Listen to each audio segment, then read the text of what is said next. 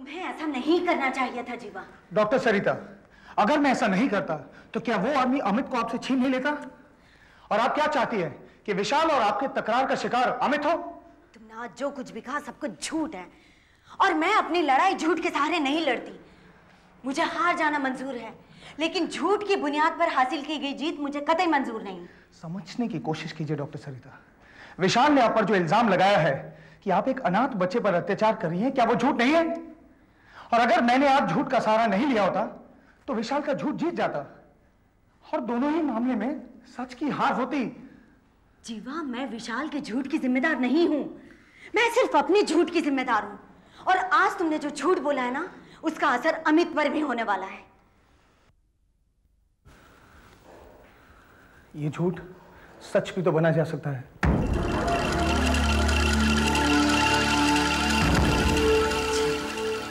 हाँ सरिता, जिस झूठ का सहारा मैंने अमित को बचाने के लिए लिया था, अगर अमित की खातिर उसे सच बना दे तो आज के बाद उस पर कोई आंच नहीं आएगी। आज के बाद कोई भी ये ताना नहीं मारेगा कि उसका बाप कौन है। चुप हो जाओ जीवा। नहीं सरिता, आज मैं चुप नहीं रह सकता। मैं अपने और तुम्हारे लिए नहीं, लेकिन अमित के लिए एक कदम उठाना चाहता हूं। चाहे तुम्हारे और मेरे बीच कुछ नहीं हो, लेकिन अमित को हम दोनों बहुत प्यार करते हैं। क्या उसकी खातिर हम दोनों पति पत्नी नहीं बन सकते? नहीं, कभी नहीं। क्यों नहीं? क्यों नहीं सरिता? अगर अमित के लिए तुम दुनिया से टकराने को तैयार हो तो उसकी खातिर तुम दूसरी शादी क्यों नहीं कर सकती? चुप रहो जीवा। तुम तलाकशुदा हो, तुम्हें एक नए रिश्ते में बनने का पूरा हक है। बस करो जीवा, बस करो। मुझे समझ में नहीं आता, आखिर तुम किसी और को अपना पति क्यों नहीं बना सकती? क्योंकि मैंने सिर्फ विशाल को अपना पति माना है। भले ही हम लोग अलग अलग हो गए हों, लेकिन आज भी मैं उसके अलावा किसी और के बारे में सोच भी नहीं सकती।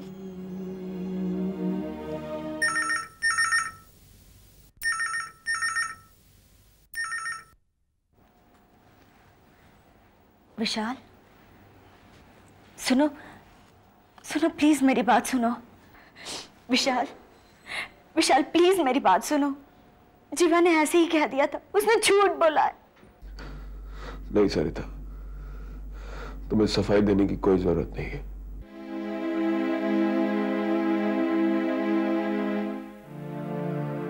तुम्हारा मेरा रिश्ता ही क्या है?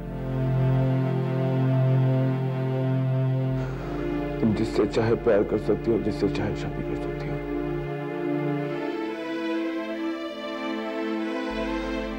लेकिन सरिता, एक बात याद रखना, तुम दुनिया भर की खुशियां समेट लो, लेकिन मां कहलाने की खुशी मैं तुम्हें कभी पाने नहीं दूंगा।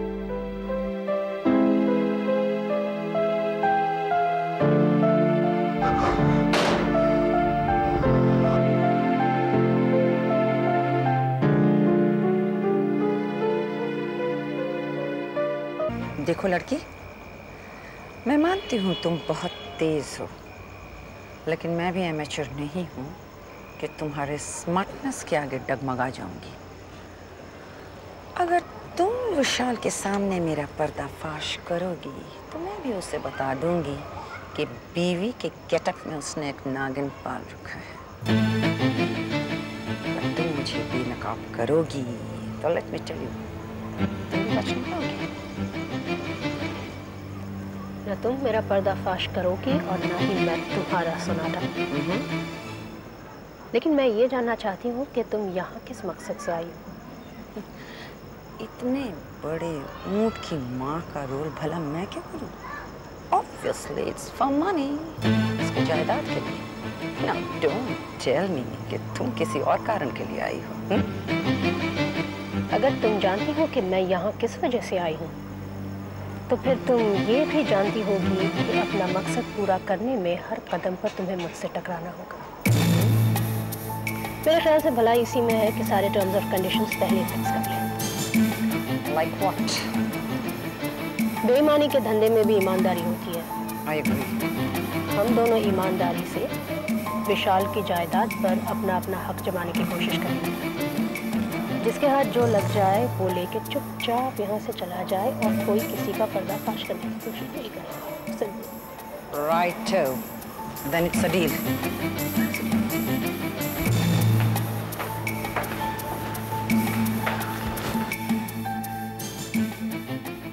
Anjali, I'll sort you out. Just you wait. माँ, माँ, माँ, फिर अंजलि को जगा दे। कहाँ अंजलि? अंजलि, अंजलि! रुक जा बेटा। माँ, छोड़ दे माँ। आज वो तो जिंदा नहीं छोड़ूंगा। छोड़ दे माँ, मैं छोड़ दे। रुक जा बेटा, तुझे मेरी कसम।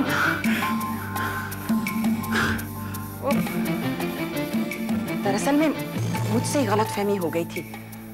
अंजलि कहीं और नहीं, वो आश्रम गई थी स्वामी जी से मिलकर मेरे दमे के लिए जड़ी बूटी लाने। मैंने मंदिर में जिसे देखा था वो कोई और थी। बेटा, आजकल मेरी नजर कमजोर हो गई है। मैं सोच ही रही थी कि अगले हफ्ते तुझसे कहूंगी मेरे लिए एक नया चश्मा बनवा दे। चश्मा? पिछले हफ्ते तो मैंने तुम्हें चश्मा दिया था।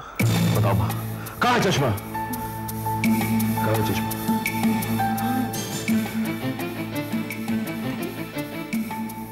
मेरा दिमाग कुछ कमजोर हो गया है, कुछ याद ही नहीं रहता।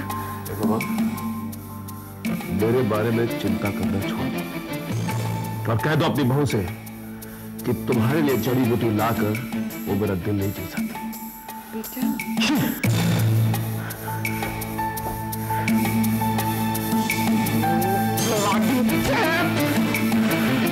मैंने तुम्हें 1 हफ्ते की मोहलत दी थी अंजलि, और तुम 3 हफ्ते से मुझे यह बात कहकर टरका रही हो कि तुमने अभी तक विशाल को कत्ल करने का तरीका ही नहीं सोचा। तुम्हें अपनी बहन की जिंदगी से प्यार है या नहीं?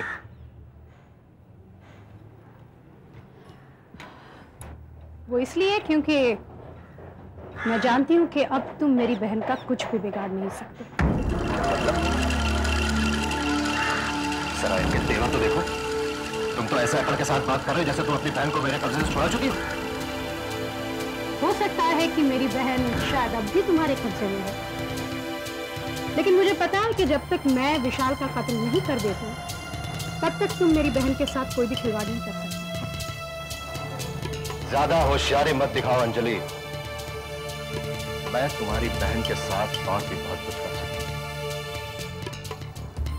हूं। अगर तुम भूली ना हो तो मैं तुम्हें याद दिला दूं कि मैं उसे एक बार ड्रग एडिक्ट भी बना चुका। अंजलि, मैंने तुम्हें उस घर में इसलिए भेजा था कि तुम वहां जाकर विशाल का कत्ल कर सको। तुम तो वहां जाकर उस बुढ़िया की सेवा में लग गई। आश्रम से न जाने पता नहीं कौन सी जड़ी बूटियां ला लाकर उसको खिलाती रहती हो। अरे भाई, इससे तो और सेहतमंद हो जाएगी। ये कौन सा नया ट्रैक पकड़ दिया तुमने? ये नया ट्रैक मैंने इसलिए पकड़ा है क्योंकि मेरे इस घर में पहुंचने से पहले ही ये शुरू हो चुका था। देखो, तुमने मुझसे कहा था ना कि विशाल की जायदाद हथियाने में हमारी मदद सिर्फ बुढ़िया कर सकती है, क्योंकि सिर्फ वही गवाही दे सकती है कि मैं विशाल की पत्नी हूँ। हाँ बिल्कुल। बस इसीलिए मैं आजकल बुढ़िया का इलाज कर रही हूँ ताकि उसका दिमाग सरकना बंद कर दे। लेकिन उससे हुआ क्या है? अरे वो सठियाने लगी है। जब से आश्रम से लौटी है ना, पता नहीं कैसे बैठी बैठी बातें करने लगी है। विशाल की चिंता में उन्हें कुछ भी याद नहीं है। कई बार तो मुझे ही सरिता और किरण के नाम से बुला चुकी है। अरे नहीं अंजलि, ऐसा नहीं हो सकता है। अरे लेकिन अगर विशाल के कत्ल होने से पहले वो बुढ़िया अगर पागल हो गई तो? अगर सड़क पर चलते किसी औरत को उसने बहू बनाकर घर में बिठा लिया तो मतलब? हाँ, बस इसीलिए मुझे उनकी देखभाल करनी पड़ेगी ताकि सोते जागते उनके लब पर बस एक ही नाम हो, अंजलि। वैसे प्राणनाथ, मेरी एक सलाह है। क्या? कुछ घंटे तुम भी घर में बिताया करो। कहीं ऐसा ना हो कि बुढ़िया तुम्हें प्राणनाथ की जगह भोला कहने लगे। भोला? ठीक है, नो प्रॉब्लम।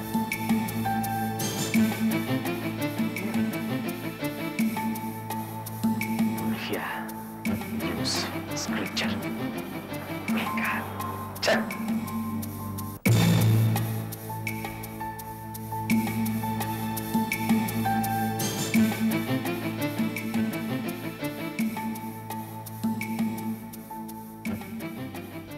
भाभी?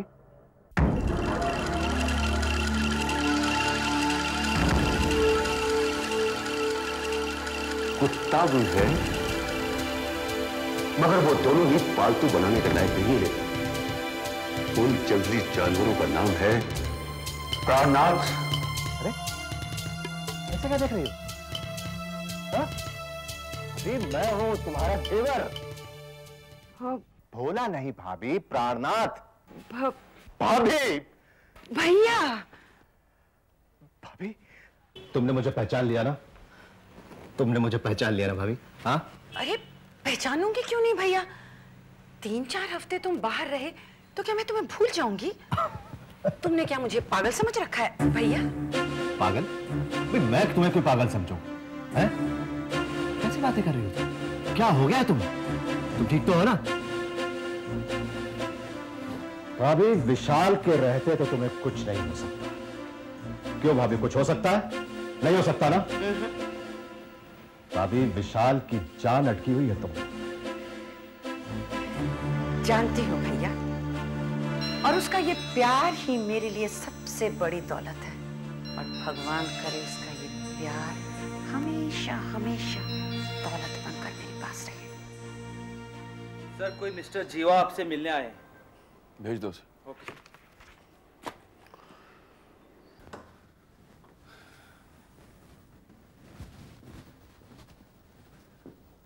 हेलो मिस्टर विशाल।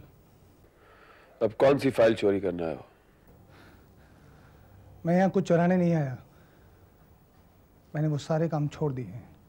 अच्छा, सरिता को इम्प्रेस करने के लिए? उसकी खातिर इतनी कुर्बानी देने की कोई जरूरत नहीं है। वो तो खुद एक खूनी औरत है। क्या पता उसकी ये कातिलाना फितरत ही है कि उसने एक मुजरिम के साथ दिल लगाया। और तुम क्या सोचते हो कि तुम जुर्म करना छोड़ दोगे तो वो इम्प्रेस हो जाएगी? तुम्हें इतनी बड़ी गलतफहमी कैसी होगी? गलतफहमी मुझे नहीं, आपको हुई है मिस्टर विशाल। मेरे और सरिता के बीच कुछ नहीं है।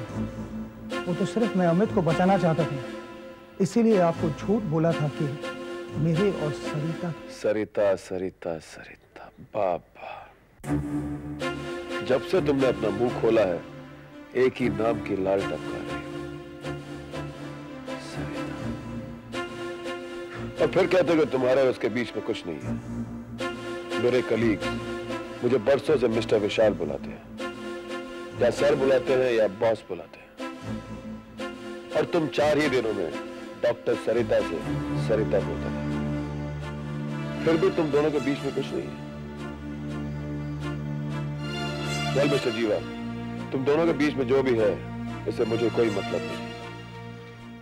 मुझे मतलब है तो सिर्फ उस हिसाब से जो आज तक अधूरा है।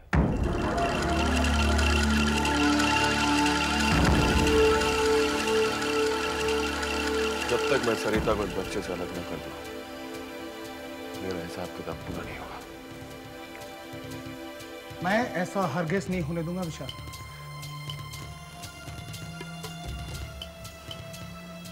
कौन रोकेगा मुझे? मैं रोकूंगा तुम्हें। हाँ, मैं रोकूंगा तुम्हें विशाल। और एक बात याद रखो, अगर उस बच्चे को तुमने सरिता की जिंदगी से हटाने की कोशिश की तो उसके पहले तुम्हें मुझे अपने रास्ते से हटाना होगा। मिस्टर जीवा, मैं आपकी तमन्ना भी पूरी कर देता हूं। पकड़ लो इसे।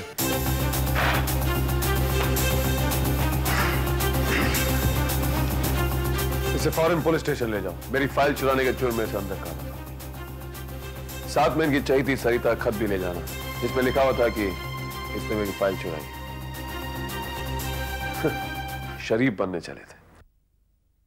तुमने सपने में भी कैसे सोचा कि जुर्म का इतिहास लिखकर शराफत का मेडल जीत सकते हो? सिर्फ डॉक्टर सरिता का पल्लू पकड़ने से कोई मुजरिम शरीफ नहीं बन जाता। तुम्हारे आत्मा पे जो गुनाहों के छींटे लगे हैं उन्हें खुदा भी नहीं साफ कर सकता।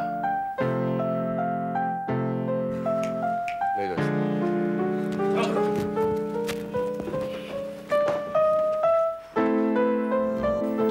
Hello inspector. हाँ डॉक्टर सरिता, कहिए क्या हेल्प कर सकता हूँ आपकी?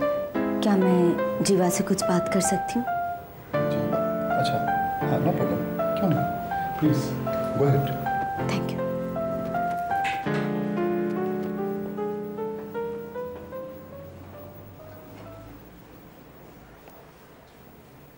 जीवा,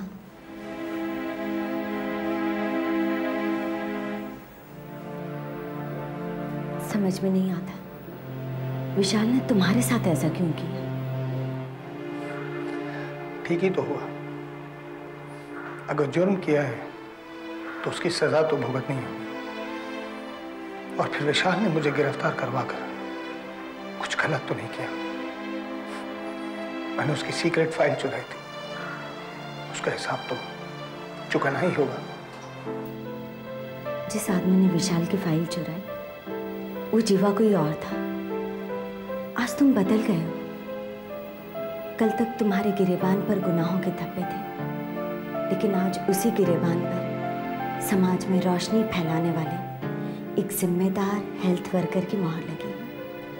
कल तक तुम्हारा हवालात में बंद हो जाना कोई बड़ी बात नहीं थी, लेकिन आज समाज में तुम्हारी इज्जत है, लोग तुम्हारी मिसाल देते हैं।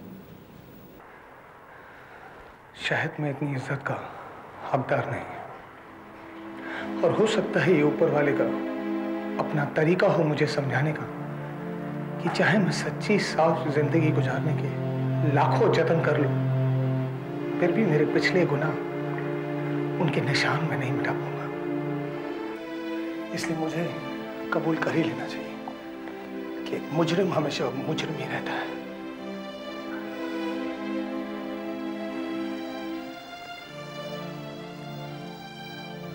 नहीं जीवा, तुम ऐसा करोगे तो अपने साथ ही नहीं मेरे साथ भी नाइंसाफी करोगे। जिसने तुम्हें सच्चाई और ईमानदारी देखी, और सबसे ज्यादा तुम अमित के साथ नाइंसाफी करोगे जो तुम्हें उस प्यार को ढूंढ रहा है जो एक बच्चा सिर्फ अपने पिता से ही पा सकता है।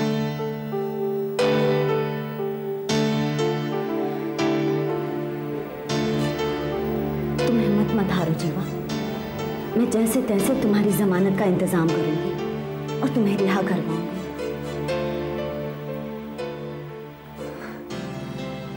अब मैं चलती हूँ। अमित को मेरा प्यार देना।